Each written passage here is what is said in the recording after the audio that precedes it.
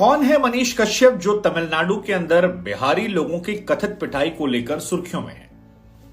कथित इसलिए कह रहे हैं क्योंकि बिहार सरकार ने टीम भेजी लेकिन अब तक स्वीकारा नहीं है। तमिलनाडु सरकार और वहां की पुलिस पहले ही कह चुकी कि भाई ये सब फर्जीवाड़ा है। लेकिन मनीष कश्यप कौन है जो अपने आप को बिहार का बेटा कहता है, जिसने तेजस्वी यादव को यह कहा कि 2025 में तुम्हें हम सत्ता में नहीं आने देंगे? कौन है मनीष कश्यप जिसकी एक तस्वीर वायरल हो रही जिसमें जॉर्ज फर्नांडिस की तरह हाथों में हथकड़ियों को लगाए सोशल मीडिया पर वायरल हुआ है, जिस पर बिहार पुलिस ने फर्जी वीडियो फैलाने के आरोप में 9 से अधिक धाराओं में केस दर्ज किया पहली बार, और अब दोबारा से धारा में केस दर्ज करने की बात कही है। कौन है मनीष कश्यप जिसका ट्विटर ने अकाउंट ब्लॉक कर दिया और उसके बाद एक नए अकाउंट से एक नई तस्वीर को लेकर हंगामा बरपा है, जिसमें बिहार पुलिस कह रही कि मनीष कश्यप अकाउंट है, फैन कह रहे हैं कि ये फर्जी अकाउंट है और एक नई धारा में केस दर्ज कर लिया गया। कौन है ये लड़का जिसकी चर्चा इतनी ज्यादा हो रही है और क्यों बिहार की पुलिस इस व्यक्ति को लेकर बैक टू बैक जवाब दे रही है? क्यों सोशल मीडिया पर इसको पसंद करने वाले या फिर बिल्कुल ही नापसंद करने वालों की लंबी लंबी कतारें हो गई हैं?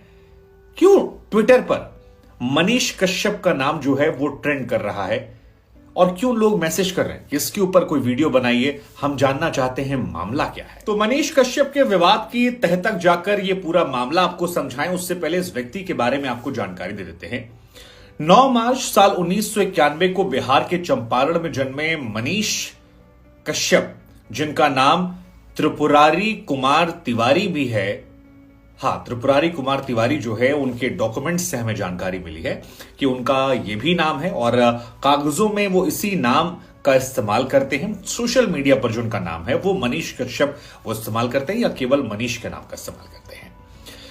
बिहार में 9 मार्च 1991 को चंपारण में इनका जन्म हुआ। पढ़ाई इन्होंने पुणे में सावित्री बाई फुले कॉलेज से इन्होंने बी की डिग्री शायद सिविल इंजीनियरिंग में ली है और उसके बाद फील्ड चेंज की। फील्ड चेंज करने के बाद पत्रकारिता में आ गए। सच तक नाम से एक यूट्यूब चैनल है जिसको ये चलाते हैं, वहां पर अच्छे खासे फॉलोअर्स जो हैं वो भी इनके हैं। लेकिन ये चर्चा में रहते हैं अपने बयानों को लेकर, अपने ट्वीट्स को लेकर और अपनी पॉलिटिकल विचारधारा को लेकर, जिसमें ये हिंदुत्ववादी होने की बात करते हैं। अब अगर इनकी कहानी को आपको समझना है तो ये इससे पहले चर्चा में आए थे जब पुलवामा में हमला हुआ था, तो बिहार में कश्मीरी कुछ लोग काम करने वाले थे, उनकी इन्होंने पिटाई की थी और उस दौरान इन पर एक मुकदमा दर्ज हुआ था। तब ये पहली बार चर्चा में आए थे, जहां साथियों के साथ इनकी शायद गिरफ्तारी भी हुई थी। बाद में इन्हें इस मामले में जमानत मिल गई थी। नागेश कुमार, गौरव और चंदन सिंह, ये 3 साथी मनीष के थे जो कुल 20 साथियों को लेकर कश्मीरी जो लोग काम कर रहे थे उन पर हमला करने गए थे। और कहा जाता है कि पुलवामा में हमला जो हुआ था उससे ये लोग इतने आक्रोशित व्यथित हो गए थे कि उन कश्मीरियों को वापस कश्मीर जाने के लिए कहा था। बाद में इन्हें सीजीएम कोर्ट से जमानत मिल गई थी। ये पहला मामला था जब ये हाईलाइट हुए थे।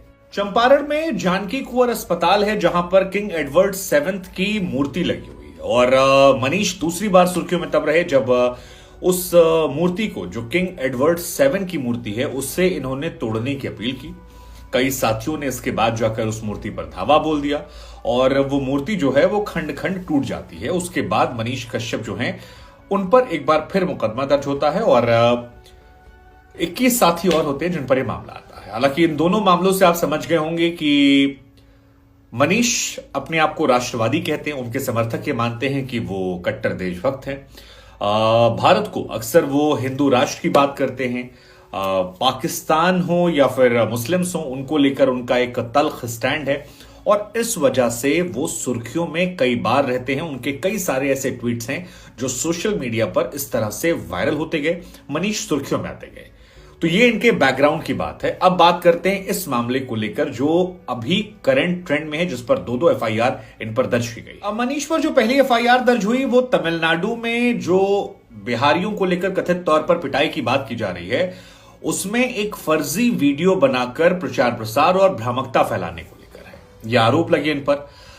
इन्हीं चीजों को लेकर ट्विटर ने पहले वो मिसगाइडिंग वाला कोड डाला, बाद में इनके अकाउंट को भी बंद कर दिया। हालांकि मनीष के समर्थक ये कहते हैं कि ऐसी ही खबरें कई सारे अखबार, दैनिक भास्कर, हिंदुस्तान और कई और लोगों ने प्रामाणिकता के साथ डाली थी, जिसके बाद उन पर कोई कार्रवाई नहीं हुई, लेकिन क्योंकि मनीष राष्ट्रवादी एजेंडा लेते हैं लिहाजा उन पर कार्रवाई हो गई। उनके विरोधी ये कहते हैं कि वो वीडियो जानबूझकर भ्रामकता के तौर पर फैलाया गया था, वो एक काल्पनिक वीडियो था जिसे बनाया गया था ताकि दुष्प्रचार किया सके, और मनीष के ट्वीट का हवाला देकर उन पर यह बात की जाती, जिसके बाद उन पर 9 गंभीर धाराओं में एफआईआर दर्ज कर ली गई थी। लेकिन यह मामला अब चल ही रहा था, तभी एक तस्वीर आती है जिसमें मनीष के हाथों में हथकड़ी बंधी होती है और मनीष कश्यप के नाम से एक नया ट्विटर अकाउंट होता है जो वेरीफाइड नहीं होता है, लेकिन उसमें पोस्ट लिखी होती है कि देखिए सरकार का तानाशाही रवैया, मुझे यहां पर गिरफ्तार कर लिया गया है, मैं बिहार वासियों के लिए जेल जा रहा हूं, कल रात 8 बजे गिरफ्तार किया गया। बिहार की जनता देखे कैसे अन्याय के खिलाफ आवाज उठाने वालों को जबरन दबाया जाता है, मैं ना रुका था ना थका था, जल्द वापस आऊंगा, जय हिंद, मनीष कश्यप 43। ये तस्वीर जो है ये सामने आती है और उसके बाद बिहार सरकार को लेकर कई सारे सवाल। अब इस बीच में मनीष चारों तरफ आ जाते हैं, सोशल मीडिया पर ट्रेंड करते हैं, इनके बारे में बातें होती हैं। कई लोग बिहार सरकार पर कहते हैं कि यार बहुत सारी कठोर कार्रवाई जो है इसलिए क्योंकि विचारधारा से लगे। हालांकि हर सरकार पर आरोप लगते हैं कि गैर विचारधारा वालों को आजकल पुलिस जो है वो ज्यादा उठाती है, मतलब जिस आइडियोलॉजी की सरकार होती है उससे दूसरी आइडियोलॉजी वाली सरकार लोगों को पुलिस उठा लेती है, जबकि अपनी आइडियोलॉजी वाले 1000 गुना करें तो उनको माफ कर देती है। ये हर राज्य में ऐसी चर्चाएं होती हैं, चाहे यूपी हो, बिहार हो, महाराष्ट्र हो, बंगाल हो, तमिलनाडु हो, हर जगह पर यह कहानी चलती रहती है। लेकिन इसी बीच मनीष के इस तस्वीर को लेकर बिहार पुलिस का एक पोस्ट आता है और वो पोस्ट होता है कि तमिलनाडु में बिहार के कामकाजी लोगों के लिए असत्य भ्रामक वीडियो प्रसारित करने के प्रकरण में मनीष कश्यप के द्वारा नए ट्विटर हैंडल पर गिरफ्तारी की फोटो पोस्ट की गई जो असत्य भ्रामक है, और इस पोस्ट के लिए मनीष पर एक बार फिर से एफआईआर दर्ज की जाती है। अब इसमें जो बात मैंने पहले कही कि सरकारें जो होती हैं वो गैर विचारधारा वालों को टारगेट कर लेती हैं, ये हर राज्य में होता है। वो इसके नीचे कमेंट पढ़कर भी समझ में आता है कि जो लोगों ने कहा सरकार से बहुत अच्छा काम किया आपने, बधाई हो, ऐसा वैसा, उनको वो रिप्लाई कर रहे हैं कि थैंक यू जी, बिहार सरकार, बिहार पुलिस आपकी सेवा में तत्पर। जो लोग थोड़ा सा अलग भाषा पे कर रहे हैं उनसे कहा जा रहा है कि इस तरह से रिप्लाई मत कीजिए, ऐसी आपको चेतावनी दी जाती है।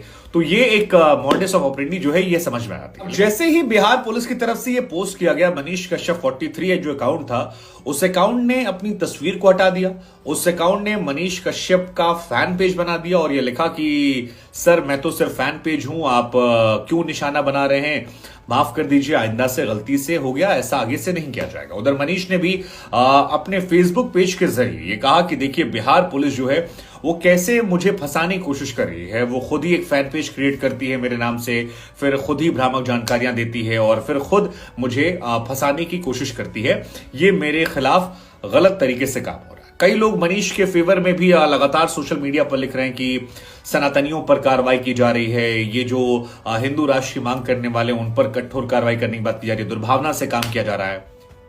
2 एफआईआर, पर्सनल रिप्लाई करना मनीष के समर्थकों का कर रहा है। दूसरी तरफ कहा जा रहा है कि फेक न्यूज फैला रही है तो इस पर कार्रवाई होनी चाहिए, कट्टरता फैलाने वालों पर ऐसा होना चाहिए। लेकिन सच्चाई यह भी कि ट्विटर पर सक्रिय अधिकतर लोग जो पॉपुलर हैं वो नफरत फैला रहे हैं, उनका अपना एजेंडा है, वो फेक न्यूज भी फैलाते हैं। तो ऐसे में तो आधे से ज्यादा लोग जेल पहुंच जाएंगे। फिर यहां वाले मामले सबके बीच सवाल यह है कि क्या तमिलनाडु में कुछ नहीं हुआ था? नहीं हुआ था तो फिर ये इतने सारे लोग जो सोशल मीडिया पर लिख रहे थे कि हमारे साथ हुआ, हमारे साथ हुआ, ये कौन लोग थे, क्या करने वाले लोग थे और क्या ये सब झूठे थे? वो अखबारों ने जिनके वीडियो बाइट्स लगाए थे क्या वो झूठे थे? वो लोग क्या झूठे थे जिन्होंने कहा हमने अपनी आंखों से देखा था? और अगर ये सब झूठे थे तो इन सब को उठाकर जेल में क्यों नहीं डाला जाता? फिलहाल तमिलनाडु पुलिस ने 11 लोगों पर एफआईआर की है, अखबारों पर एफआईआर हुई है और तमिलनाडु पुलिस जो है वो दिल्ली में, भोपाल में, पटना में डेरा डाले हुए बैठी उनकी विशेष टीम। लेकिन हमारा सवाल हम आपसे पूछते हैं कि क्या यह कार्रवाई जायज है या यह कार्रवाई आपको दुर्भावनापूर्ण लगती है? क्या सरकारें विरोध बर्दाश्त नहीं कर पाती हैं? क्या अगर यही समान विचारधारा वाले लोग होते तो कार्रवाई पैमाना यही होता? और सिर्फ यही नहीं, मैं यूपी की बात कर रहा हूं, मैं बंगाल की बात कर रहा हूं, महाराष्ट्र की बात कर रहा हूं। क्या हर राज्य सरकारें सुविधा के हिसाब से कानून का इस्तेमाल करती हैं, कानून का दुरुपयोग करती हैं? क्या तमिलनाडु में किसी की पिटाई नहीं हुई थी? क्या यह मामला यहीं खत्म हो जाएगा या इस मामले का असर बिहार में 2025 के चुनावों में देखने को मिलेगा? जो भी है, हमारी कोशिश थी इस खबर के बारे में जानकारी आप तक पहुंचाते हैं।